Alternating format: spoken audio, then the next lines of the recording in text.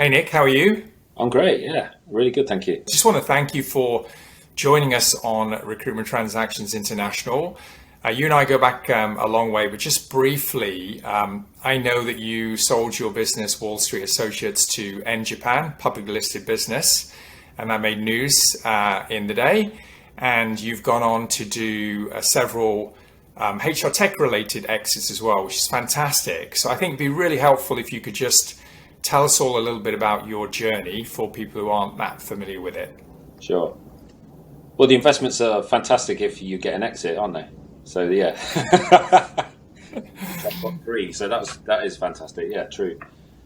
So the journey. I went to Hong Kong with a school friend of mine in '97, and he set up Wall Street. Joined him, moved to Japan in nine. So that was '97, just after the handover. Moved to Japan '99, and then with the team build up the business, and it was to about, was it 130 people. I think in 2011 we made about $5 million EBITDA, and then it was bought in well, it was actually bought in 2010 by N Japan, as you know. Yeah. So and then I stayed until end of 2012. Moved to Singapore, stayed to 2012, and then sort of had a new life investing in HR and recruitment tech companies. Some really good ones, and some the top of the Premiership, and some the bottom of League Division 10.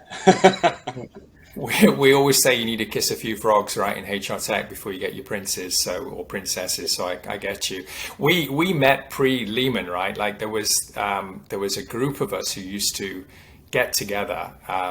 Well, very well known in the Japan market in those days. So there was Bernie Shima, who went on to sell his business, James Harvard, to Hayes. And then there was Richard Bysouth, who had Career Cross back in those days, which predated LinkedIn and BizReach and all the other job boards, really, and everyone used it. And he went on to sell that business to JC. Yeah, true. There was yourself, of course, who sold your business to Wall Street. I sold my company, CDS, to Recruit Holdings. And the other guy was Kevin Gibson, who now has a business called Proof of Search. It's a really cool crypto business. Back in those Yeah, days, he was running Robert Walters, and I'm sure with his Proof of Search business, one day he'll exit as well. And I was just sort of totting up the numbers, and those businesses that we sold into the Japanese companies in Hayes, they collectively do probably in the region of 150 to 200 million US dollar net fee income these days. So not we didn't do too bad, did we, Nick? how much was that? One billion or 1 million? Well, 1 billion. 150 million US dollars to Oh 200 yeah, million US dollars today, as in right now, in net fee income. So I think yeah, they were good acquisitions from what I can make out. yeah. I think so. Yeah, and they were fun times, weren't they? I mean, I reached out to you. I think when you sold, I was probably the first one. Like, how'd you do it? Then we became friends, and then yeah, it was good to get together, wasn't it? The one benefit, well, friendship, and the other benefit is we never headhunted from each other, did we? No, we didn't. Or very rarely. It would it would have been yeah, it would have been very awkward at the quarterly get-togethers. So yeah, just tell us a little bit more about the. I'm just interested, like that right in that run up to Lehman, and I sold my business. Along with Jason to Recruit Holdings. I mean, we signed, the ink dried on December the 26th, 2007. So it was just before, January when everything started to go under. But your business at that point, what was the kind of the organizational structure? What areas were you dealing with? Was it purely perm? Did you have any contract mix? Like, what did the business look like pre Lehman? Yeah. So I think like running Wall Street Japan for 12 years, I had like 2 bad years. And then funny enough, the year before Lehman's was not a great year in profit. Yeah. So, which is a bit bizarre really, but then it's, yeah, like everyone, I made a lot of good decisions. I made some bad decisions. So actually running into Lehman crisis, our sales were like very high. Our net fee income was high, but our efficiency was not high. And we made the classic mistake, moving into a nice office, hiring the wrong people, senior people that we didn't really need. We sort of grew it from people, the ground up. Then bringing senior people in, it sometimes works, but my experience had limited success. So we actually went into Lehman crisis quite fat, yeah.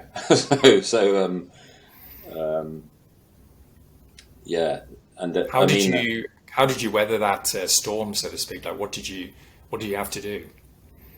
Well, actually, I had two external directors, and they were, useful. But the one guy that said, he said one very useful thing to me. So when we got to the end of the year in 2000, the good year, right, so-called good year, he sort of said to me, "Why are you doing this?" And then I said, "What are you on about?" He said, "Well, you're working like a dog. You're doing all this and that, and then you're doing all this, and you're making like 10% margin. What's the point?" Then and that was a big wake-up call for me. I got a bit carried away listening to some people I hired. Oh, we need to do this and that. Da, da, da. Maybe I'm a people pleaser. I don't know, whatever the reason is. But then it was a big wake-up call. And then I sort of said, okay, well, I'm going to cut costs and this and that. And then he basically came back and said, no, you need to cut another $1 million costs a year. And then that was sort of, I was like buggering around, I didn't want to sort of, we had a good culture and stuff, but that was sort of, that was the one thing I remember. I was like, wow, okay, yeah, you're right. Why am I doing this? So $1 million in cost, that's largely people, isn't it? Yeah, it's a bit of everything, isn't it? Yeah, you go through. You have to go through every single line, don't you? You go through. It's people, and then I remember going through those, those vouchers we give at the end of the month. There's a big kick. Everyone's kicking off. Oh, we can't give. What's people going to think when you don't give them a Starbucks voucher? All this, they all add up, don't they? And then, so you go through everything. So long story short, most of the senior people left. A lot of the fat went. We moved out of the office. It took time, obviously, but then we came out of it super strong. Yeah. In 2010, super strong. And I think that, and then for the next 10 years, acquisition and post-acquisition, well, I think that made the company, those tough times. It's the same old stuff, isn't it? You only learn from pain. I think everyone was following that similar journey of where do we cut costs, and I'd sold the business to Recruit, right? So you can we had then, well, I still had some shares left. I was still going through the full exit and the lock-ins and so on, but we were coming under a lot of pressure. And Recruit were right sizing, downsizing, restructuring, however you want to call it, and we were looking very, very closely at the productivity of our people, and we weren't spending as much on entertainment and costs. And I had a conversation with the guy who actually now runs CDS, which is now rebranded to RGF. So great that he's still there 15 years later, Stuart Mackay. And he's like, we need to do something to raise the morale. And I'm like, look, we're budget's really tight, but I'm open to suggestions. What are you thinking? He goes, donuts. He goes, Krispy Kreme has just opened down the street. I'm like, great idea, Stuart. Timing of that, he goes, 5 o'clock.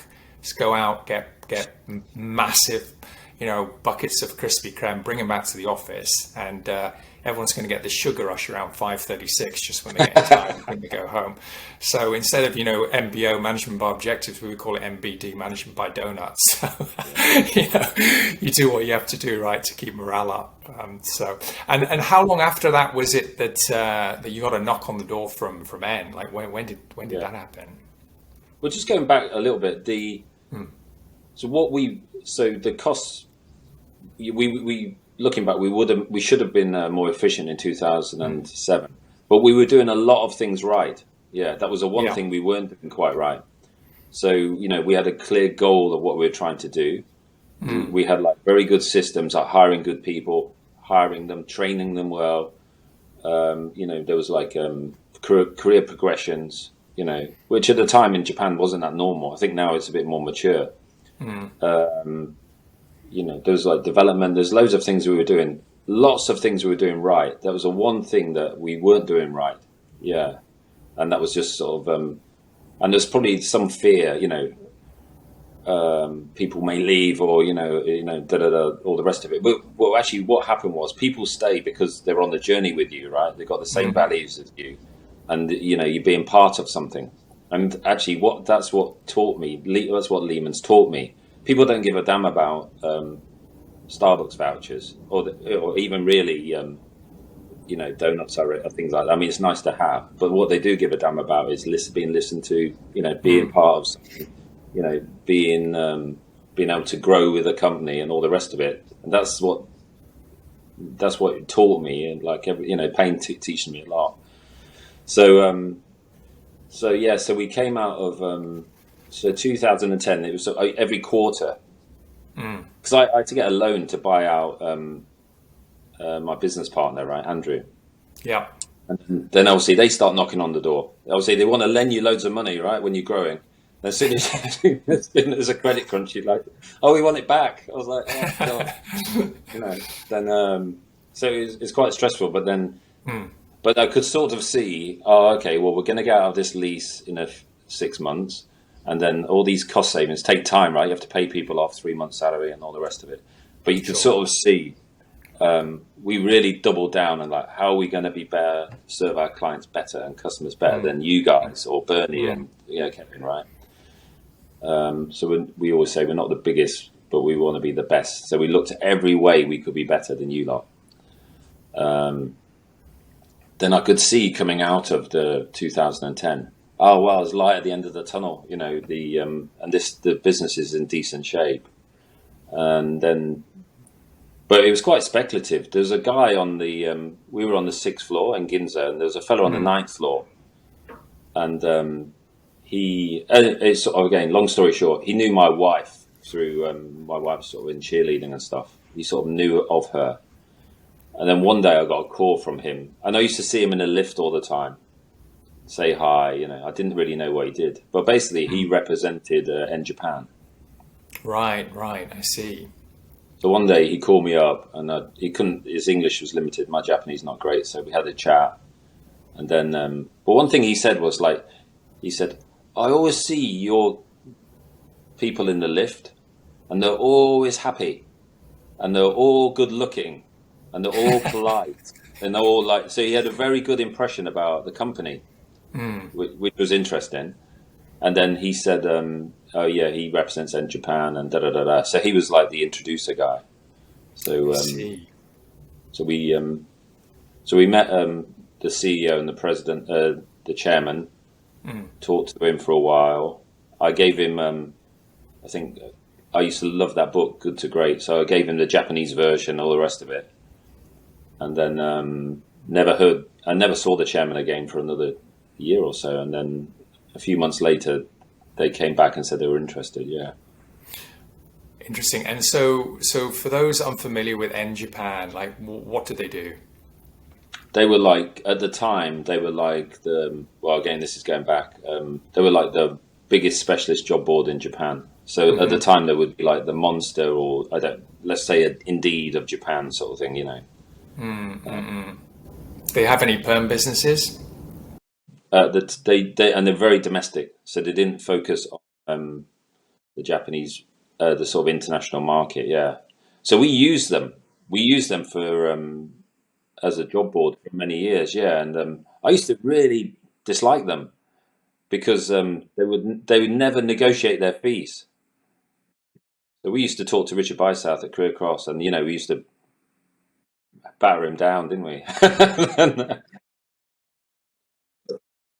Yeah.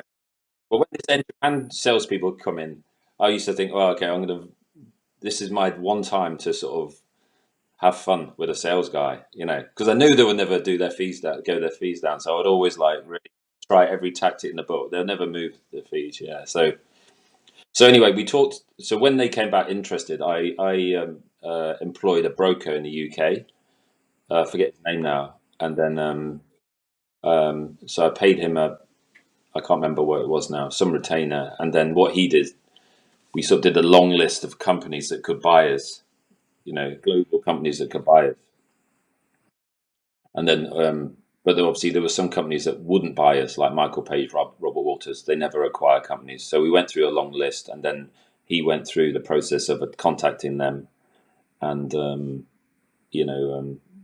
bringing it down to a short list of. It was like he got 2 offers from other companies. It was like a Deco. Yeah, so Deco, they were in Japan, and I'd met the CEO before, and then Hudson. But obviously that was a no-go because they had pulled out of Japan like two years before, didn't they? You remember? That's so interesting because they also made a. I also have an LOI from Hudson. They were trying to buy our business. Yeah. So yeah, we'll talk separately what your check was, but yeah, they gave me a check, and I went away to Hawaii with Jason, and we sort of thought about it, and it was like end of the brand, like immediately we'd just be rebranded as Hudson, and that, at least with us, that was the conversation. We'd move to their offices, or we'd get combined offices, and I think that was 2 years before Recruit bought us, but we were like 40, 50 people, and they were like 60, 70 or something. So it's funny how these things turn out. So that's excellent. Yeah. So what was the key reason why you went with N in the end? Like, what was the... Well, what happened was it was like 2010, so we were all sort of battered from 2008 and 9, and the truth is, if N Japan did not approach us, I wouldn't have. It was not the time to sell in a lot of ways. Yeah. So if they didn't approach us, I would have potentially gone and looked for something in 2011 or 12 or something like that. That's what. So they sort of accelerate the process, but the real fit was.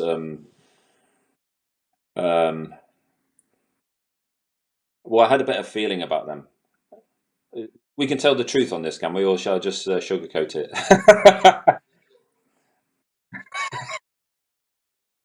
Yeah, yeah.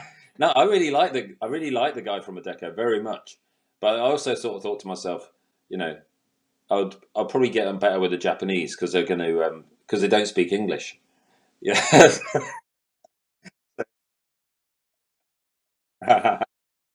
they're going to, I'm better now, but I don't really like being told what to do. That's the truth. I was entrepreneurial. That's why it worked well. I don't mind being told what to do by people who work for me and getting their feedback. Um, yeah, well, everything is getting better these days. The with everything. So yeah, but also strategic fit. Um, they had the domestic market, and then they didn't look at our market at all. So it was sort of a very good strategic fit. So if they wanted to go into the international community in Japan, then it was it worked so well. And then the CEO, like I said, I didn't see the chairman again for a long time.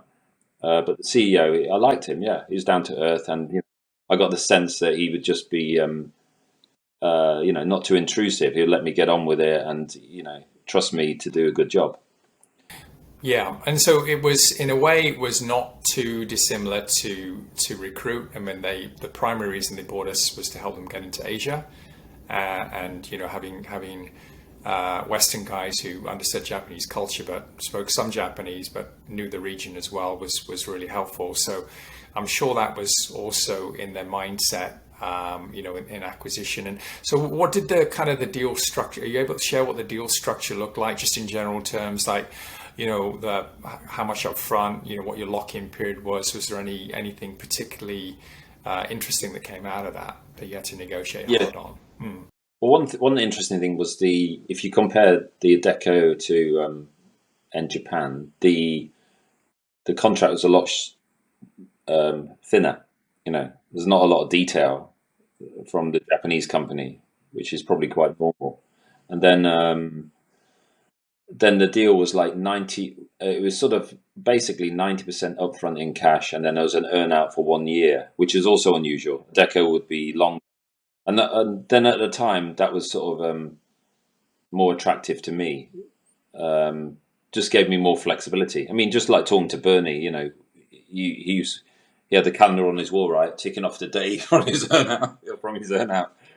So I suppose the and then some people I've got shares before. I've heard shares before, and the shares went down. So at the time, that's obviously a risk. They can go up.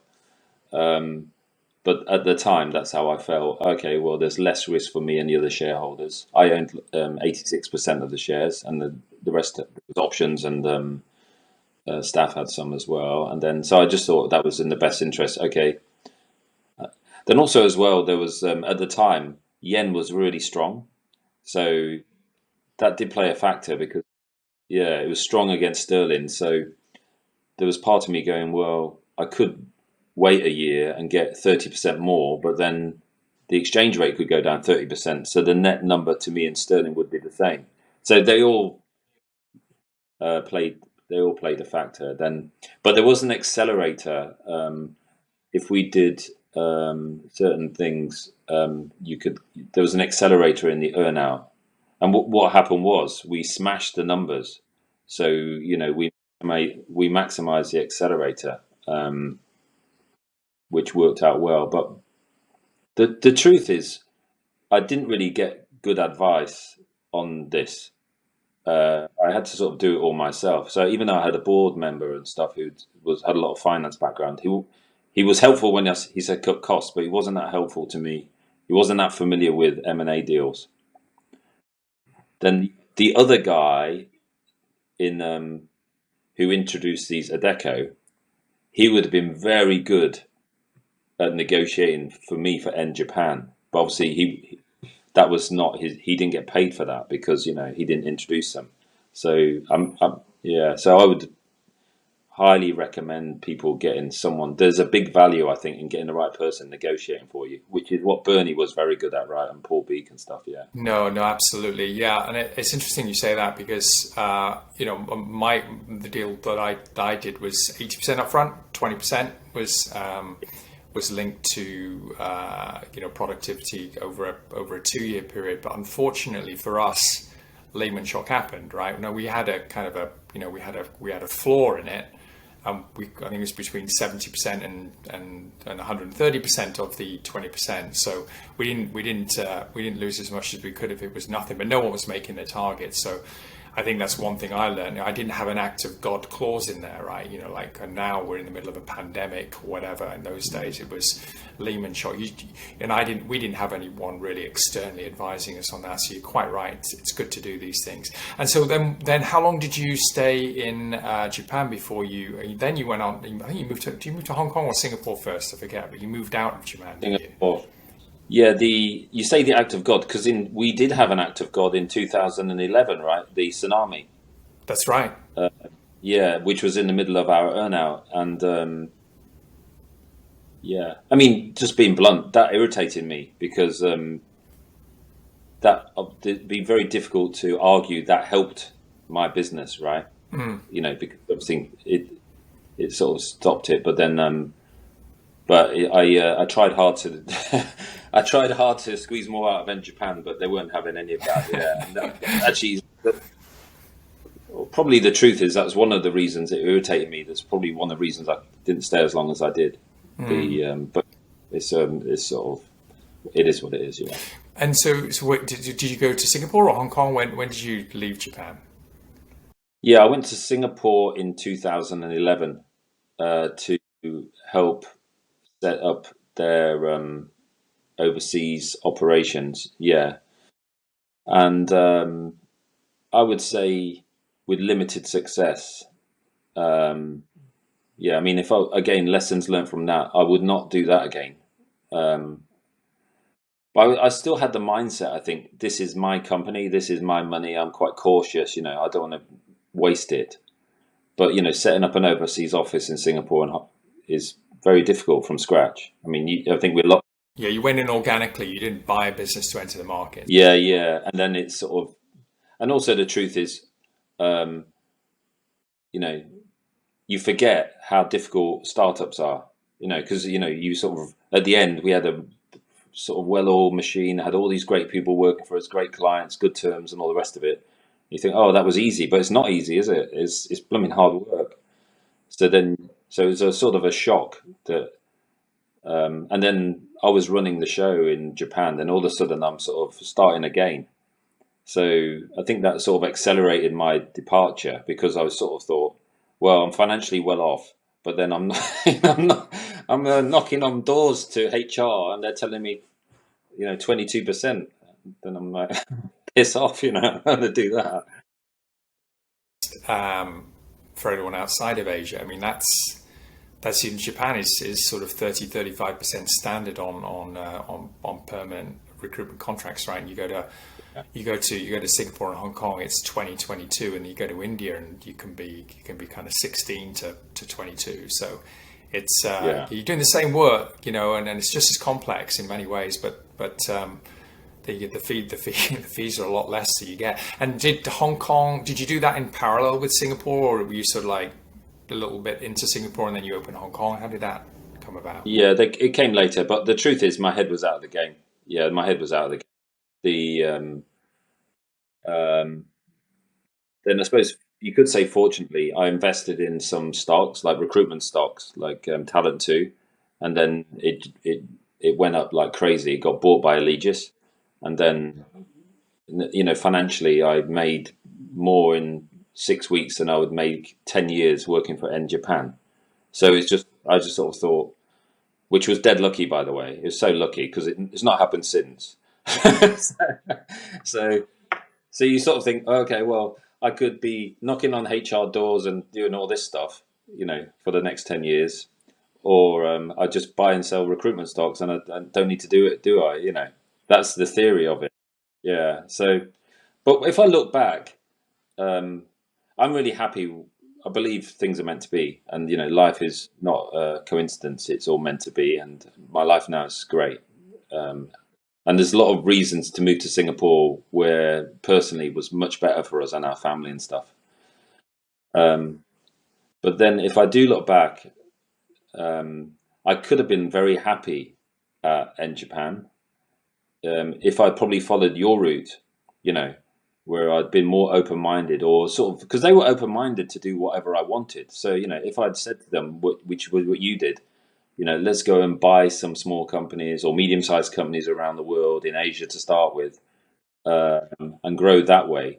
They ended up doing it anyway, but I would have found that, stimulating, and, I'd learn new skills, and, I would have stayed for a lot longer because I would feel I'm developing. The mistake I made probably was I went back. I started doing stuff I was doing 10 years earlier, and that, of course, after a while, it sounds good, but then when you start doing it, you think, well, this is not fun anymore. I'm not enjoying it.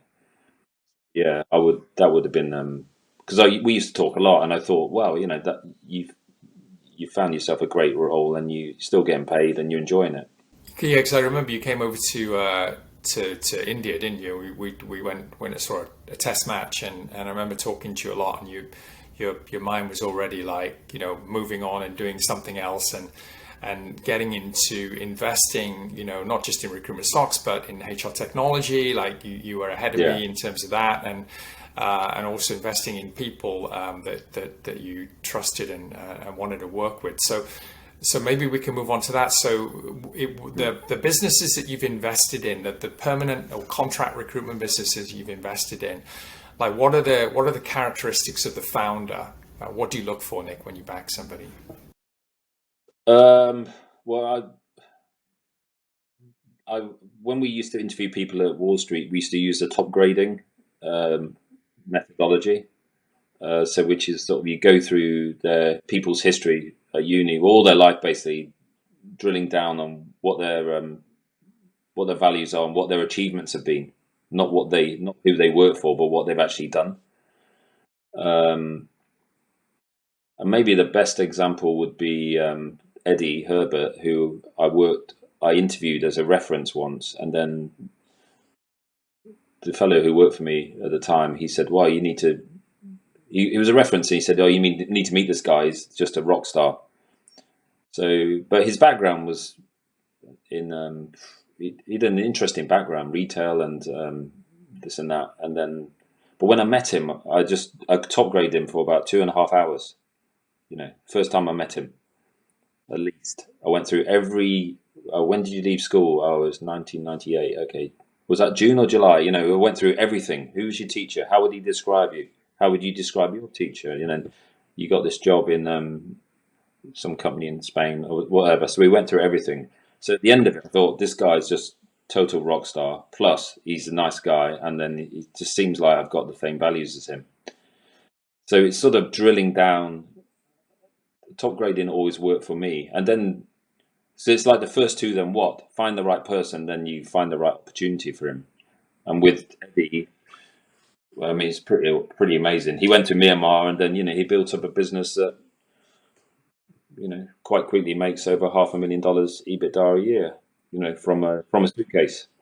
And no, I know him. He's our kind of triathlon coach as well, isn't he, on the side? So Yeah, amazing guy. But you must have made some mistakes as well, right? Have you backed any?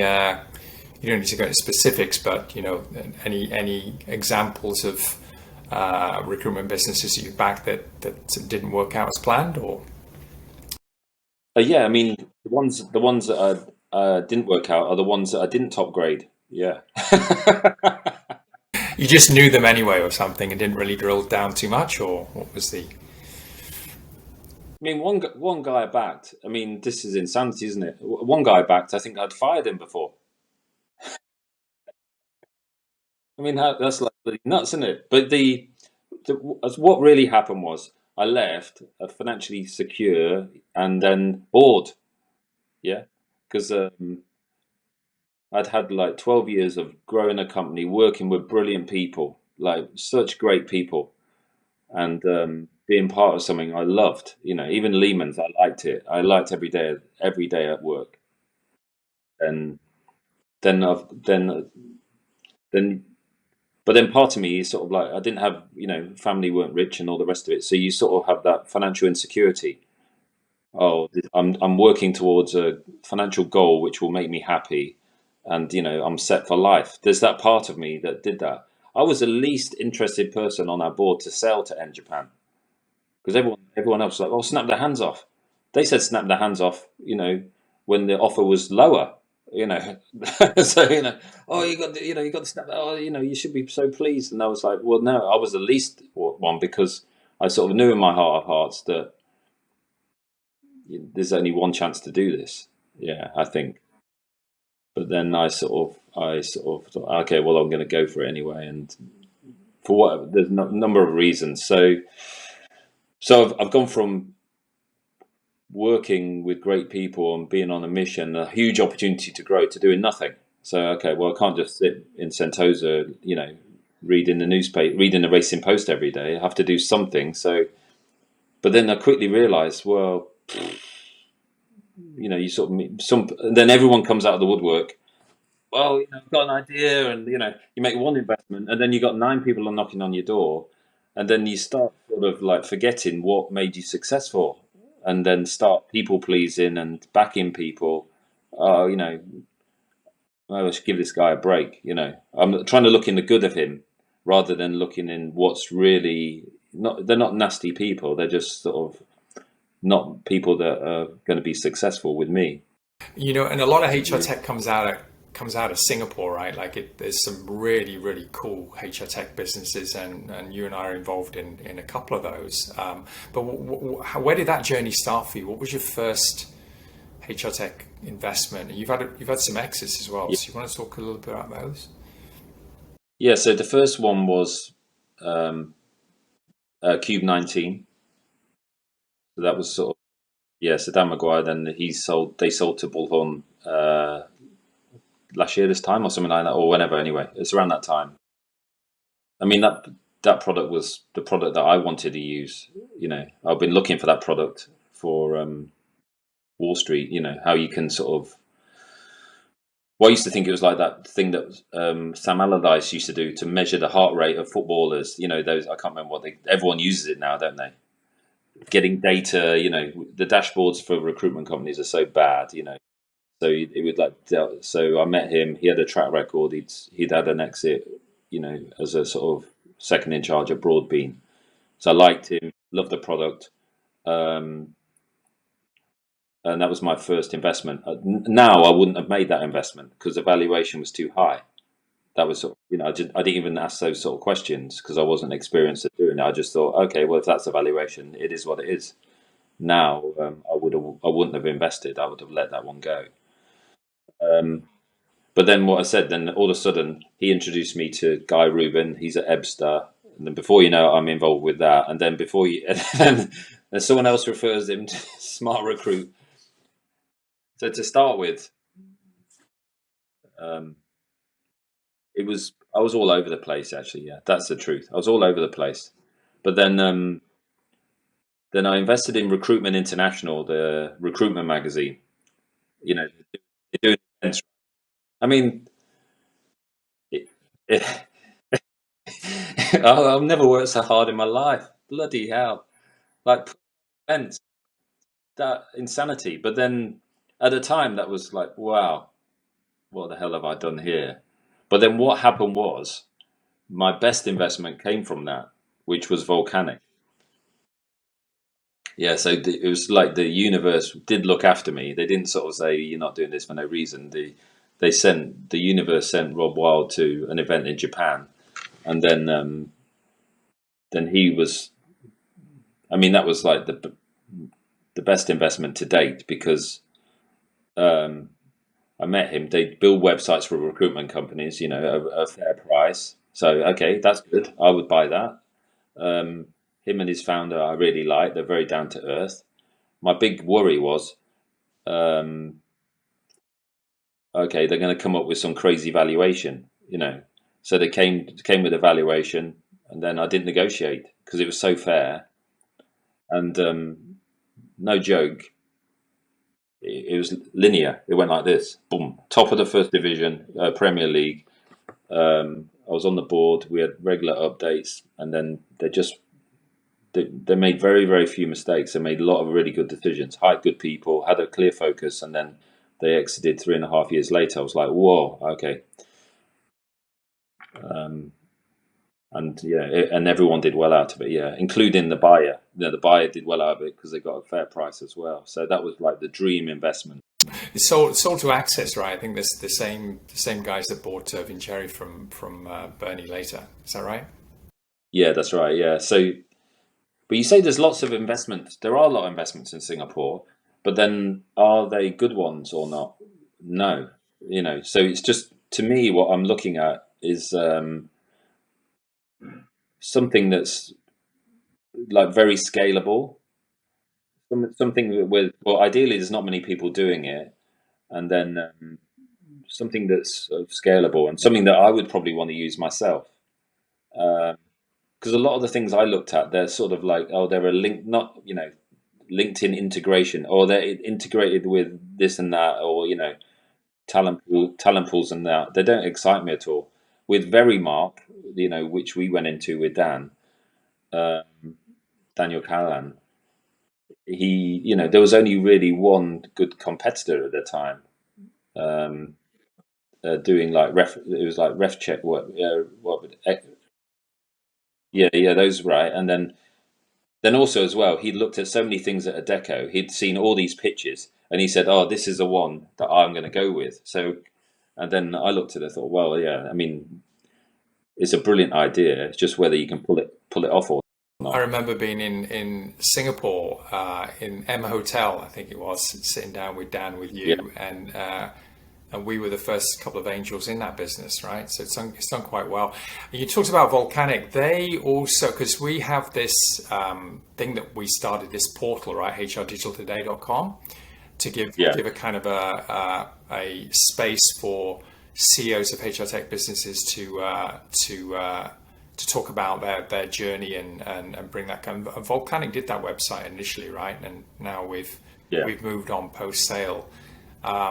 So are you still involved with the HR tech scene and permanent recruitment investing, Nick, or are you kind of comfortable where you are and managing the existing businesses that you've got and focusing more on family and sort of where are you right now in your journey? I think I invested in SourceFlow recently, which is sort of maybe a similar field to Volcanic. Yeah, they're sort of it's like recruitment websites, but they do like marketing as well. And some of the Volcanic team are on involved in that.